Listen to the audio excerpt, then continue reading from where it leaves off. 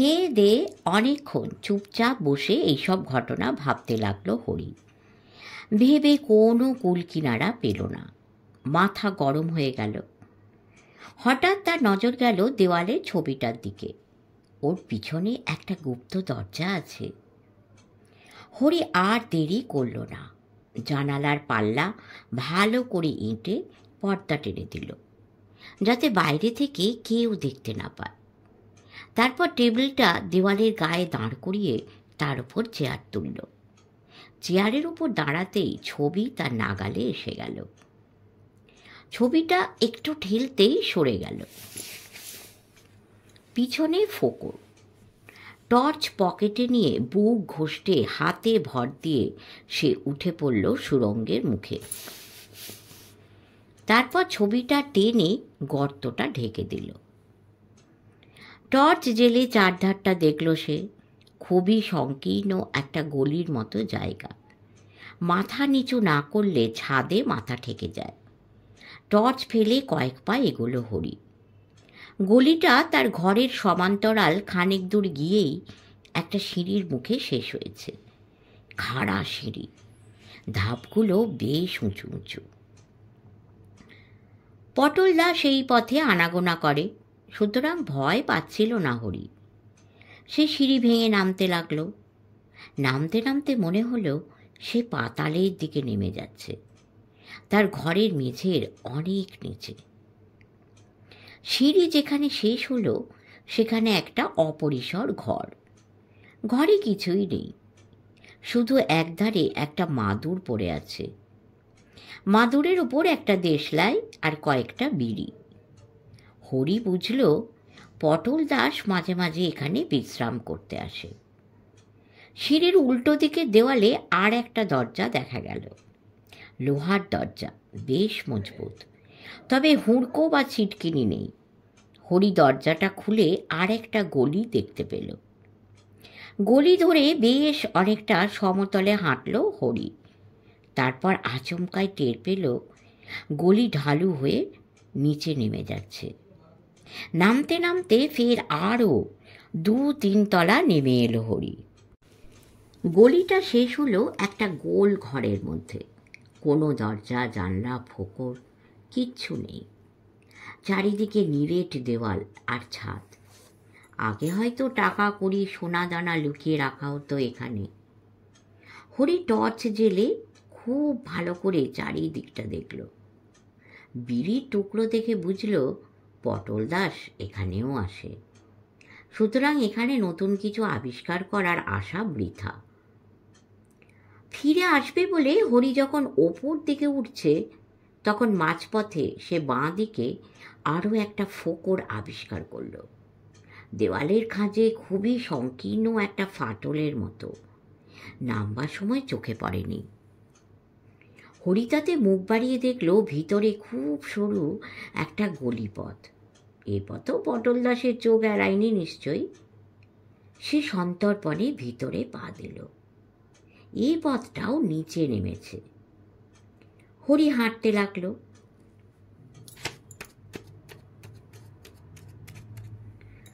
বেশ খানিকটা হাঁটার পর পথ আবার ওপরে উঠতে লাগলো। অবশেষে খানিকটা সিঁড়ি বেয়ে হরি যেখানে এসে দাঁড়ালো সেটা একটা বন্ধ দরজা। ঠেলল, দরজাটা খুলল না। একটু ভাবল হরি, দরজা নাকি তার ঘরের মতোই এখানেও ছবি। সন্তর্পণে দরজাটাকে পাশের দিকে ঠেলল হরি। নিঃশব্দে দরজা সরে গেল। সামনেই একটা ঘর, তবে প্রায় 10 ফুট নিচে তার মেঝে। হরি ঠিক তার ঘরের ছবির পিছনকার মতোই একটা গর্তের মুখে দাঁড়িয়ে আছে। তবে নিচের ঘরটা তার নয়, অন্ধকার হলেও বুঝতে পারছিল হরি। তার মনে হলো এটা দুঃখীরামবাবুর গ্রিন ভ্যালির কোনো ঘরই নয়। তবে কি কুসুমকুঞ্জ? গায়ে একটু কাঁটা দিল হরির। দম চেপে কিছুক্ষণ নিচের অন্ধকার ঘরটার দিকে চেয়ে সে টর্চটা জেলে দেখতে গেল, কিন্তু তার কেমন যেন সাহস হলো না। তার মনে হলো ঘরটা জনশূন্য নাও হতে পারে। কেউ যদি ঘাপটি মেরে থাকে। তবে মুশকিল হবে। অন্ধকার হলেও আবঝাভাবে হরি বুঝতে পারছিল ঘরে কিছু আসবাবপত্র রয়েছে। উল্টো দিকে একটা জানালা দিয়ে বাইরের খুব মৃদু আলোর আভাস আসছে। তাই দিয়ে যতটা দেখা যায় তাতে হরির মনে হলো ঘরটা ফাঁকাই। সাহস করে এবার টর্চটা জ্বালল সে। সাধারণত বড় মানুষদের বসবার ঘর যেমন হয় তেমনি সাজানো, সোফা সেট, একটা ডিভান, টেবিল। তবে আসবাবগুলো বড্ড পুরনো আর ভাঙাচোরা। দেওয়ালে নোনা লেগেছে, ঘরের কোণে কোণে ঝুল জমেছে মেলা। তবে মেঝেই তেমন ধুলোর আস্তরণ দেখতে পেল না সে। তবে কি এখানেও লোকজনের আনাগোনা আছে? হঠাৎ বাইরে থেকে একটা শব্দ হলো। মনে হলো জানলার ওপাশে কি যেন মাটিতে আছাড় খেয়ে ধপাস করে পড়ল। তারপরে একটা চেনা গলার আর্তনাদ, ওরে বাবা রে! টপ করে টর্চটা নিভিয়ে দিল হরি। বাইরে কিছু একটা হচ্ছে। কে যেন চাপা গলায় বলল, চল বেটা, সত্যি কথা না বললে আজ তোকেই কবর দেব। আমি কিছু জানি না। জানিস কি না জানিস সেটা বোঝা যাবে ওষুধ পড়লে। ওহ, ঘাড় ভেঙে যাবে যে। ভাঙবার জন্যই তো রদ্দা দেওয়া হয়েছে। এই ছেড়ে দাও বাবারা, আমি বুড়ো মানুষ। বুড়ো বটে, কিন্তু তোমার বুড়ো হাড়ে যে ভেলকি খেয়েছিল বাবা একটু আগে। আমাদের তিনটে মরদকে যে তুমি ঘায়েল করেছ। বুড়ো শয়তান, এখন আবার ন্যাকার মতো বুড়ো সাজা হচ্ছে। আহা, হাতটা যে গেল, অত জোরে মোজরাই নাকি রে? এ কি বাবু স্টিলের জিনিস? পটাং করে একটা শব্দ হলো। কিছুক্ষণ সব চুপচাপ। তারপর একটা ভারী জিনিসকে ছেঁচড়ে আনার শব্দ হলো। কে যেন চাবি বের করে তালা খুলছে। হরি ছবিটা খুব সন্তর্পণে টেনে গর্তটা ঢেকে দিল। শুধু চুলের মতো একটু ফাঁক রাখল। বাঁধারের একটা দরজা ক্যাঁচ কোঁচ করে খুলে গেল। চারজন লোক, পঞ্চম আর একটা লোককে ছেঁচড়ে টেনে এনে ঘরের মেঝের ওপর ফেলে দিল। নিজেই পড়ে থাকা লোকটা যে পটল দাস তাতে সন্দেহ নেই, কিন্তু পটল তো খিচুড়ি খেতে বাড়ি গেল, তাকে এরা পেল কোথায়? আর লোকগুলোই বা কারা? লোকগুলো একটা মোমবাতি ধরিয়ে টেবিলের ওপর রাখল। সেই আলোয় হরি দেখতে পেল চারজনের একজন গদাধর আর তিনজনই অচেনা। তবে তাদের চেহারা এবং চোখ মুখ দেখলে সহজেই বোঝা যায় যে এরা ভালো লোক নয়। পটল দাস মেঝের ওপর পড়ে গোঙাচ্ছিল। বাবারে! কোমরে ভোজালিওয়ালা বেঁটে এবং ভারী জোয়ান একটা লোক বলল, এই সুটকো বুড়োটার জন্য বহুত পরেশানি গেছে। কে জানতো যে বেটা কুম্ফু ক্যারাটে জানে? হাতে একটা ছোট লাঠিওয়ালা কালো ডাকু চেহারার লোক বলল, আমি তো ভাবলাম এটা মানুষই নয়, এ ভূত ফুত হবে। নইলে রাজু, দীপু আর অনিলকে ওভাবে শুইয়ে দেওয়া কি যার তার কাজ? বেটিটা বলল, ওদের কি হলো? কে দেখছে ওদের? চালু আছে, চোর তেমন সাংঘাতিক নয়, শক্ত ছেলে, উঠে পড়বে।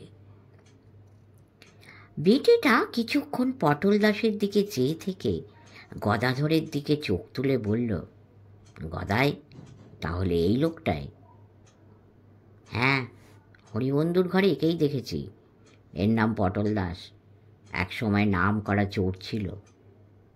চোর? Very good. চোরেরাই সব বন্দি সন্ধির খবর রাখে। গদাধর ওরফে গদাই বলল, পটল দাস হরিবন্ধুকে বলছিল পাগলা সাহেবের কবর খুঁজে বার করার সংকেত ও জানে। বেটিটা ডাকু লোকটাকে বলল, বাইরের বাগানের কল থেকে একটু জল এনে চোরটা চোখে মুখে ঝাপটা দিয়ে পেট থেকে কথা বের করতে হবে। জলে ঝাপটা দেওয়ার কথাতেই কিনা কি জানে পটল দাস একটু কোকিয়ে উঠে বলল, পেটে কি আর কথা আছে বাপ? এখন যে নিজের বাবার নামটাও ভুলে বসে আছি। না বাপু, মাথায় গাঁটটা মারাটা তোমাদের উচিত হয়নি। এ কথায় চারজনই পরস্পর একটু মুখ চাওয়াচাই করল। মেয়েটা দাঁত কড়মড় করে বলল, ওরকম চোরের মার খেয়েও তোমার কিছু হয়নি দেখছি। বেশ শক্ত ধাতের লোক তো তুমি, কিন্তু তার চেয়েও শক্ত ওষুধ আমাদের কাছে আছে, তা জানো? পটল দাস ভারী অবাক হওয়ার ভান করে বলল, কিছু হয়নি মানে? কে বললো কিছু হয়নি? ঘাটটা টন টন করছে, মাজা ঝনঝন করছে, হাত কন কন করছে, চোখে সর্ষে ফুল দেখছি, তবু বলছো কিছু হয়নি? আমি তো চোরটা নেই গো, চোরের মার আর হজম করতে কি পারবো? বিটি লোকটা ভোঁজালির বাটে হাত রেখে বলল, আমরা যা জানতে চাই তা যদি সাফ সাফ না বলো তাহলে জানে খতম হয়ে যাবে, তা বুঝতে পারছো? 3টে আনাড়িকে ঘায়েল করেছো বলে যে আমাদেরও জব্দ করবে সে আশা করো না। এবার আর অদ্দা ফদ্দা নয়, স্রেফ গলা ফাঁক করে দেবো। কত ভয় আর দেখাতে হবে না, ভয় আমি পেয়েই আছি। কিন্তু জানলে তো বলবো বাবারা, আমি তো সাথে মাঝে থাকি না। আমার ছেলে পেলারাও রেলে চাকরি পেয়ে গেছে, সে টাকা পাঠাতে শুরু করলেই আমরা বুড়ো বুড়ি কাশিবাসি হব। আরই তল্লাটে নয়, বুড়ো বয়সে বড় হেনস্থা হতে হচ্ছে গো। একেবারে ধর্মের সার, কাশিবাসি হবেন? কাশি তোমাকে এখানেই বাস করাচ্ছি। এই বলে বেঁটে লোকটা পটলের ঘাড় ধরে টেনে দাঁড় করালো। তারপর পটল দাসের গালে একটা চড় কষিয়ে বলল, কাশিবাসি বুড়ো, তা তুমি যদি এতই ধার্মিক তাহলে আমার দলের 3টে ছেলেকে অমন গুন্ডার মতো মারধর করলে কেন? ঝড় খেয়ে পটল দাস গালে হাত বোলাতে বোলাতে অবাক গলায় বলল, দুধের বাছাতে আমি আবার মারলুম কখন? আমবাগানের ভেতর দিয়ে পেটে খিদে নিয়ে যাচ্ছিলুম বাবারা, আমার দোষঘাট নিও না। পেটে তখন চোঁচ খিদে, ওদিকে বাড়িতে আজ ফুলকপি আর ভাজা মুগের ডাল দিয়ে খিচুড়ি রান্না হয়েছে। সেই অবস্থায় তোমরা সব এসে আমাকে ঘিরে ধরলে। তখন কি খিদের চোটে মাথা ঠিক ছিল বাপ? বুড়ো মানুষ, খিদে আর ভয়ে মেমক্কা হাত পা ছুঁড়েছি হয়তো, তাইতেই দুধের বাছাদের একটু লেগেছে, ইচ্ছে করে কিছু করিনি বাবারা। বিটিটা দু কোমরে 2 হাত রেখে বুক চিতিয়ে বলল, তা আমরাও তোমার গায়ে ইচ্ছে করে হাত তুলছি না গো বুড়ো ঘুঘু, আমাদের হাত আপনা থেকেই উঠে যাচ্ছে। এখন বলো তো বাছাধন, তোমাদের পাগলা সাহেবের কবরটা কি করে খুঁজে পাবো? পটল দাস কানে হাত চাপা দিয়ে সভয়ে বলল, রাও রাও রাও রাও রাও রাও রাও। রাত বিরেতেও সব নাম উচ্চারণ করতে নেই, উনি কুপিত হবেন। গদাধর গর্জন করে বলল, বেটা ইয়ার কি করছো? একটু আগে হরিবন্ধুকে বলছিল, আমি নিজের কানে শুনেছি। বেটিটা 4র্থ জনের দিকে ফিরে বলল, তুই গিয়ে হরিছড়াটাকে ধরে নিয়ে আয় তো। দুজনের মধ্যে যখন এত ভাব, তখন দুজনের পেট থেকেই কথা বার করা যাক। 4র্থ জন এতক্ষণ একটাও কথা বলেনি। 4 জনের মধ্যে সেই সবচেয়ে লম্বা আর চওড়া, একখানা দানব বললেই হয়। নিঃশব্দে ঘাটটা একটু কাজ করে চলে যাচ্ছিল। পিছন থেকে গদাধর বলল, ও বাড়িতে একটা দারোয়ান আছে, বিশাল চেহারা, সে খুব ঘুমোয়, যদি হঠাৎ জেগে যায় তবে চপারটা চালিয়ে দিস। লোকটা চলে গেল। ভয়ে হরির হাত পা হিম হয়ে এলো। সে যতদূর জানে যোগুরাম এই সময়টায় তুলসী দাসের দোহা পড়ে, একটু রাতে ঘুমোতে যায়। হয়তো এখনো ঘুমোয়নি। কি হবে তাহলে? হঠাৎ সে তাকিয়ে দেখলো পটল দাস কেমন অদ্ভুত চোখে তার দিকেই চেয়ে আছে। না, পটলদা নিশ্চয়ই তাকে দেখতে পাচ্ছে না, কিন্তু কিছু একটা আন্দাজ করেছে। ছবিটা যে একটু সরানো তা নিশ্চয়ই বুঝতে পেরেছে। বোধহয় অনুমান করেছে যে ছবির আড়াল থেকে কেউ দেখছে তাকে। পটল হঠাৎ ভেউ ভেউ করে কেঁদে উঠে বলল,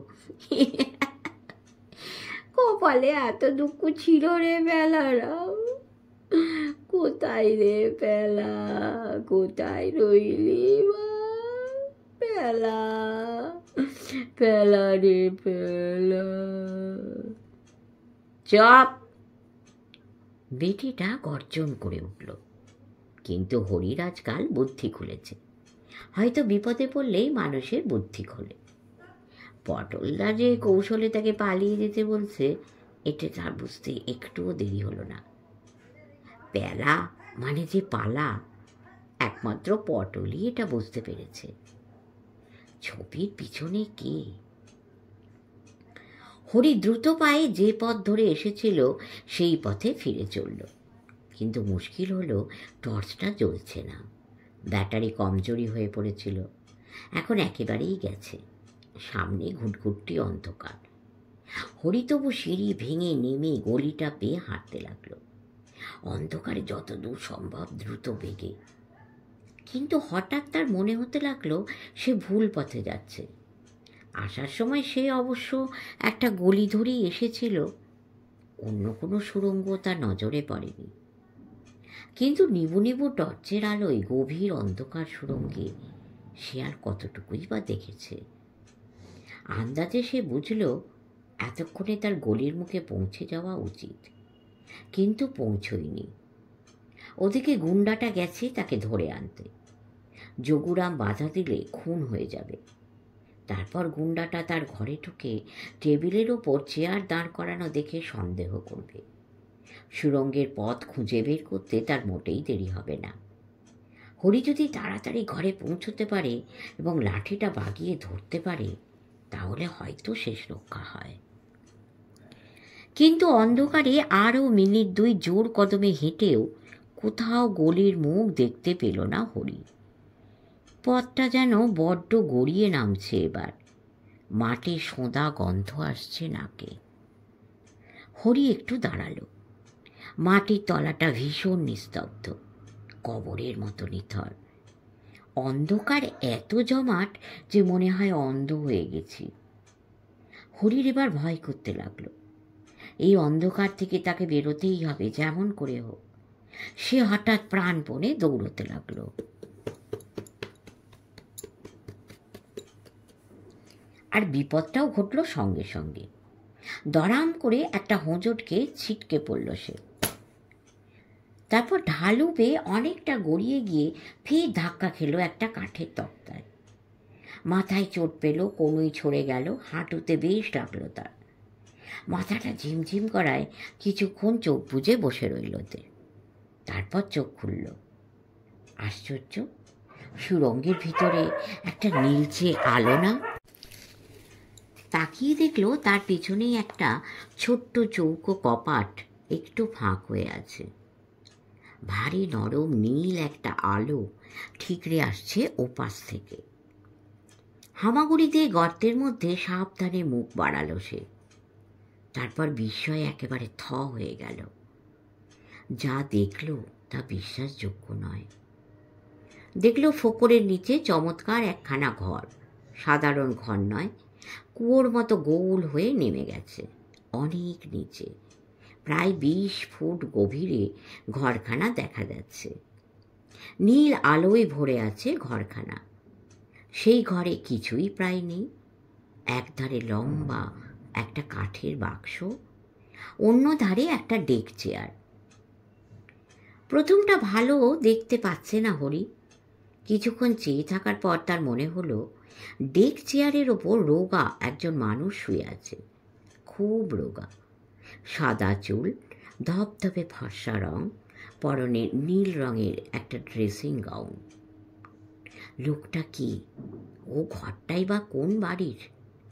হরির মনে হলো এটা গ্রিন ভ্যালি বা কুসুমকুঞ্জ কোনোটাই নয়। সুড়ঙ্গ ধরে সে ভুল পথে অন্য কোনো বাড়িতে চলে এসেছে। সে যাই হোক, এখন তার সাহায্য দরকার। যেমন করেই হোক এই অন্ধকার সুড়ঙ্গ থেকে বেরিয়ে তাকে গ্রিন ভ্যালিতে ফিরতে হবে। ওই রোগা লোকটাকে তার শত্রুপক্ষের বলে মনে হচ্ছিল না। আর যদি হয়ও, কী বা করার আছে? সে দেখতে পেল লোকটা ডেক চেয়ারে শুয়ে একটা বই পড়ছে। হরি ডাকল, শুনছেন? আমাকে একটু সাহায্য করবেন? ডাক শুনে লোকটা তার দিকে তাকালো। এত দূর থেকে হরির মনে হলো ঘরের নীল আলোটা যেন দুখানা উজ্জ্বল নীল চোখ থেকেই বেরিয়ে আসছে। এমন সুন্দর চোখ সে কখনো দেখেনি। লোকটা কুয়োর ভিতর থেকে গমগমে গলায় বলল, কি চাও?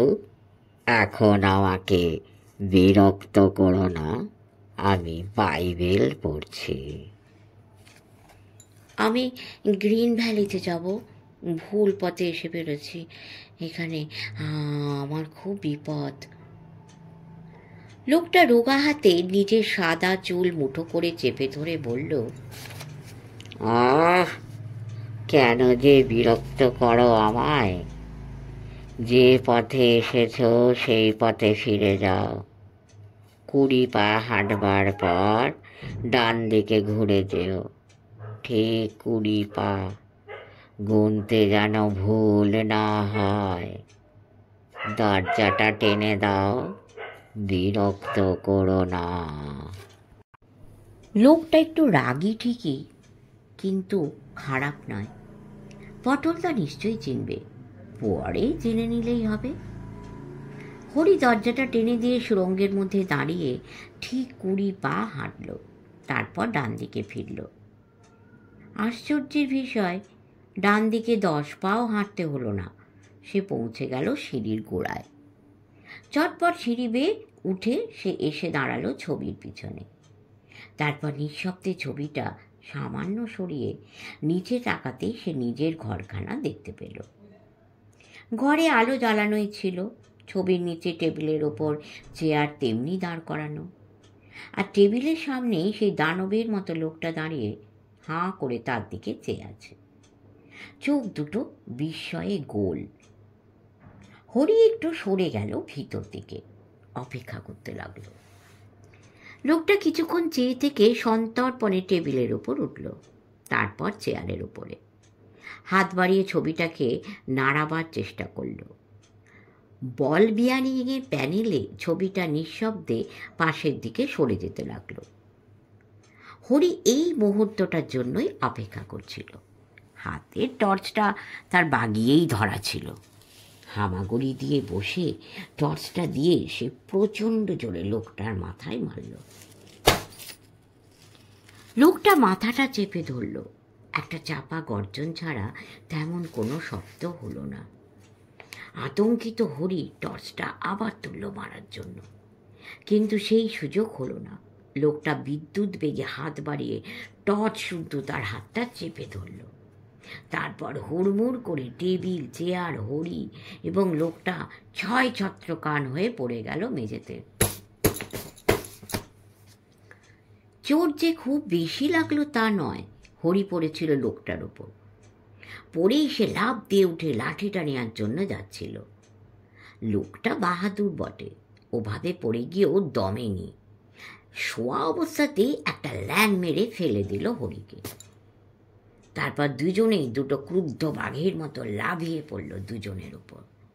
কিন্তু কিছুক্ষণের মধ্যেই হরি বুঝল এর সঙ্গে এঁটে ওঠা যাবে না। এর গায়ে হাতের মতো জোর। যোগুরাম বলে চিৎকার দেওয়ার চেষ্টা করল হরি, কিন্তু অস্ফুট চিৎকারটা গলা দিয়ে বেরোবার আগেই লোকটা তার মুখে একটা প্রচণ্ড ঘুষি মারল। ঘুষিটা খেয়ে চোখে অন্ধকার দেখতে দেখতে মেঝের ওপর পড়ে গেল হরি। আর জ্ঞান রইল না। ওদিকে কুসুমকুঞ্জের একতলার বাইরের ঘরে পটল দাস ভয়ে আর শীতে গায়ের আলোয়ানটা ভালো করে জড়িয়ে থরথর করে কাঁপছিল। তাকে ঘিরে মোট 6 জন লোক।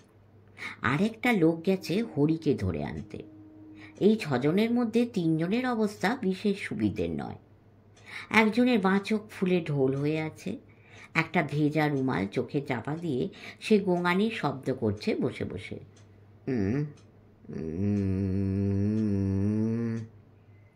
আরেকজন ডান হাতখানা ভেঙেছে। গদাধর তার হাতে ব্যান্ডেজ বাঁধছে, আর লোকটা যাচ্ছে তাই ভাষায় পটল দাসের উদ্দেশ্যে গালাগাল দিয়ে যাচ্ছে নাগাড়ে। তৃতীয় জনের কি হয়েছে বলা মুশকিল, তবে সে লম্বা হয়ে পড়ে আছে একধারে। চেতনা নেই বললেই চলে। পটল দাসের যতদূর মনে আছে এই লোকটার মাথায় সে একটা তবলা বাজিয়ে দিয়েছিল। তবে পটল দাসের গাঁটলা বুড়ো আঙুলগুলোর বোল আলাদা। মাথার মধ্যে কত কি গণ্ডগোল পাকিয়ে উঠেছে কে জানে।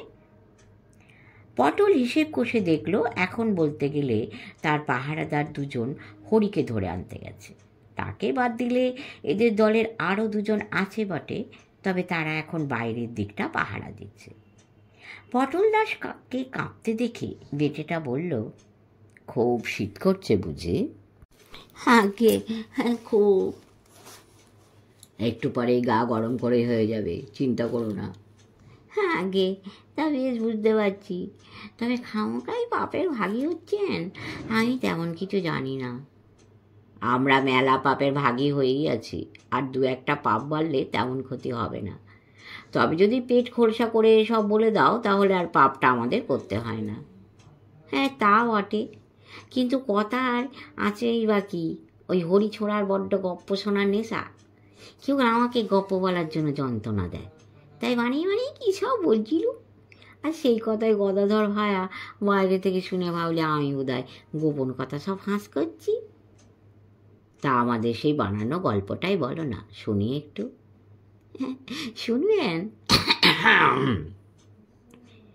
বলে গলা খাঁকারি দিয়ে পটল দাস কি যেন বলতে যাচ্ছিল, কিন্তু হঠাৎ কি একটু শুনে চমকে উঠে বলল, ও বাবা, শব্দ কিসের? শব্দটা এবার সকলেই শুনতে পেল। খুব কাছে পিঠে একেবারে ঘরের মধ্যে একটা চাপা ফোঁস। এই শব্দ সকলেরই চেনা। মোমের আলোয় মস্ত ঘরটার সিকিভাগও দেখা যাচ্ছে না। আসবাবপত্র আনাজ কানাজ সবই অন্ধকারে ডুবে আছে। এর মধ্যে সাপটা কোথায় গা ঢাকা দিয়ে আছে কি জানে। বেটে লোকটা বিদ্যুৎ গতিতে ভোজালিটা বের করে বলল, সাপ। যে লোকটা এতক্ষণ মূর্ছা দিয়ে পড়েছিল সেই সবার আগে লাফিয়ে উঠে বলল, বাপরে বাপ। চোখের পলকে বাকিরাও গায়ের ব্যথা ভুলে উঠে দাঁড়ালো। এবার বেশ জোরালো শব্দ হলো, ফোঁস ফোঁস ফোঁস। গায়ের আলোয়ানটা ফেলে দিয়ে পটল দাস লাফিয়ে উঠে বলল, ওরে বাবা রে, গিয়েছি রে, আলোয়ানের মধ্যে ঢুকেছে রে বাপ। মুহূর্তে একটা হট্টগোল পাকিয়ে উঠল, ঠেলা ঠেলি ধাক্কা ধাক্কি।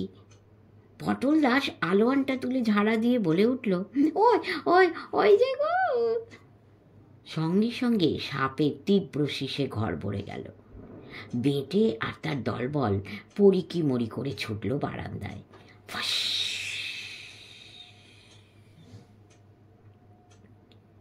পটল দাস খুবই ধীর স্থির ভঙ্গিতে গিয়ে দরজাটা ভেজে হুঁড়কো তুলে দিল। মোমটা এক ফুঁয়ে নিভিয়ে দিয়ে সে অন্য পাশে ঘরের আরেকটা দরজার কাছে গিয়ে দাঁড়িয়ে অন্ধকার হাতে একদম তলার চৌকাঠে খুব ছোট্ট একটা পেরেকের মতো বস্তুতে চাপ দিয়ে দরজাটা ঠেলল। খুব সামান্য একটু ফাঁক হলো পাল্লা দুটো। পটল দাস সেই ফাঁকের মধ্যে আঙুল ঢুকিয়ে ভিতরে খুব সরু একটা ঝুলন্ত সুতোয় টান দিতেই পাল্লা সম্পূর্ণ খুলে গেল। ভেতরে ঢুকে পাল্লাটা বন্ধ করে সুতো ফের টেনে দিল পটল। ওপাশে তখন ধুমধুমার ধাক্কা পড়ছে বাইরের দরজায়। চালাকিটা বোধহয় এতক্ষণে ধরতে পেরে গেছে বাছারা। বেচারাদের জন্য একটু দুঃখও হচ্ছিল পটলের। খোলো খোলো, দুধের বাছারা সবে এই লাইনে এসেছে, এখনো তেমন বুদ্ধি পাকেনি, কানও তৈরি হয়নি, চোখে নজরও জোরালো হয়নি। ওরা কি আর এসব টোটকা চালাকি ধরতে শিখেছে? সাপের শীষ শুনে বাচ্চাদের ধাত ছাড়বার জোগাড়। পটলের ভারী ইচ্ছে করছিল ওদের কোলের কাছে বসিয়ে আদর করে সব শিখিয়ে দেয়। সাপের ডাক, বাঘের ডাক, শেয়ালের ডাক, ঝিঝির শব্দ, দুনিয়ায় এখনো কত কি শেখার আছে। এদেরও একটু শেখাতে ইচ্ছে করছিল তার, তবে তার ঢের সময় পাওয়া যাবে। আগে একবার হরি ছোঁড়াটা তল্লাশ নিতে হয়। ওদিকে খিচুড়িটাও বোধহয় ঠান্ডা মেরে গেল গো, কি আর করা। পটল দাস কোনো দিন টর্চ ব্যবহার করে না, ওসবের দরকারও হয় না। সাহেব পাড়ার বাড়িগুলোর অন্দি সন্ধি তার জানা। সে অন্ধকারেই ঘরটা পেরিয়ে পাশের দালানের দিককার দরজা আবার কৌশল করে খুলে ফেলল। তারপর দালান পার হয়ে একটা সরু মতো প্যাসেজে ঢুকে সে দাঁড়ালো। প্যাসেজটা 2.5-3 ফুটের বেশি চওড়া নয়। একটু দাঁড়িয়ে দম নিল পটল। এবার কাজটা শক্ত, পটল দাসের কাছে শক্ত, কিন্তু অন্যদের কাছে অসম্ভব।